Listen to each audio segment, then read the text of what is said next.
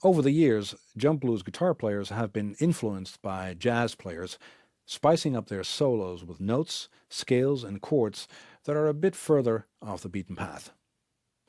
You might yourself have come to that point where you feel you want to do this, but you don't have the significant amount of time to actually study all the options jazz guitar gives you.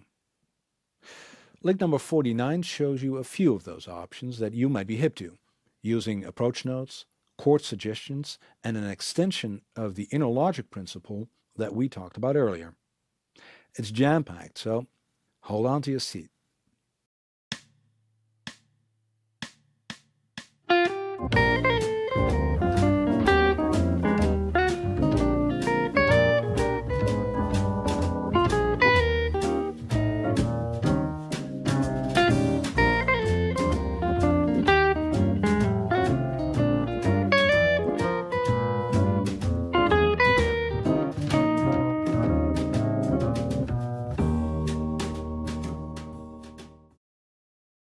We're in the key of B flat and playing around the first blues position.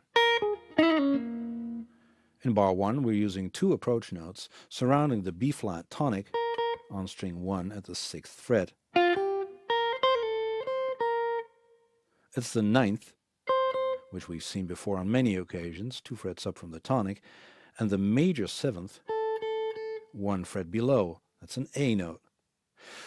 This last one is surprising because it's played on top of a B flat 7th type chord, which has an A flat.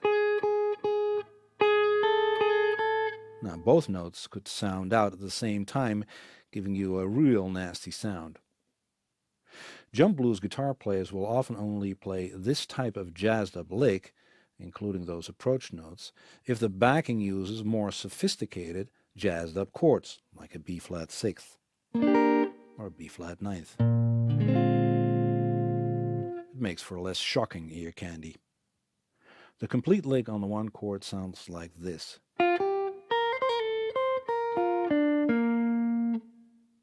It ends by targeting the B flat triad notes. And in bar 2 I'm targeting notes from the 4 chord E flat. But there's a surprise note somewhere in the middle, the G flat on the 7th fret, 2nd string. The E flat 7th chord holds a G as its major 3rd. So what's the G flat doing in there? Well, one of the reasons it fits there is the chord progression that jazz players could insert here. B flat 7th to E flat 7th to E flat minor 7th to B flat 7th. So a 4 minor chord as an approach chord between the 4 and the 1 chord. You can see a very logical melody line show up on string 2, moving from the major 3rd of the 4 chord E flat 7th, going to the minor 3rd of the 4 minor chord E flat minor 7th, to the perfect 5th of the 1 chord B flat 7th.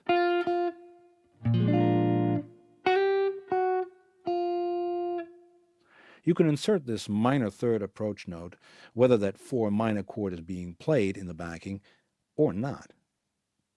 It'll create a bit of smooth tension, if you will. In bar 3 I'm back on the 1 chord B flat 7th, targeting its chord tones. But I'm ending on a very intense flatted 9th note.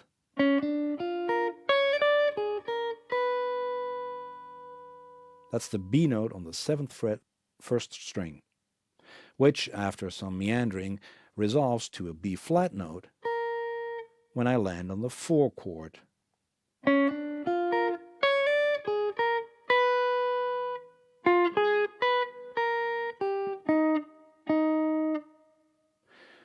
What's happening here is an extension of the inner logic we talked about earlier. The major 3rd of the 1 chord, B flat 7th, wants to resolve down to the flatted 7th of the 4 chord, and the flatted 7th of the 1 chord wants to resolve to the major third of the 4 chord.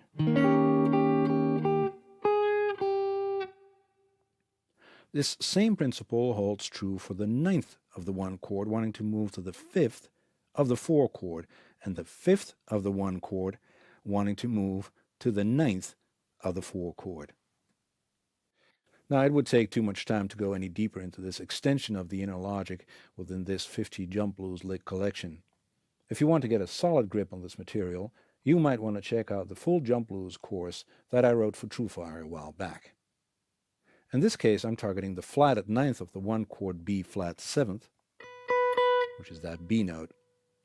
When the backing lands on the 4 chord E flat 7th, that B note resolves down to the B flat note, which is the perfect 5th of the E flat 7th.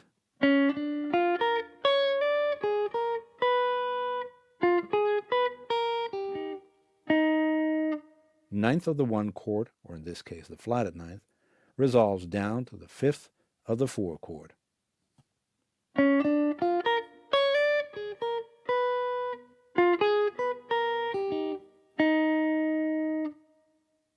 As you see, loads of ideas to work with.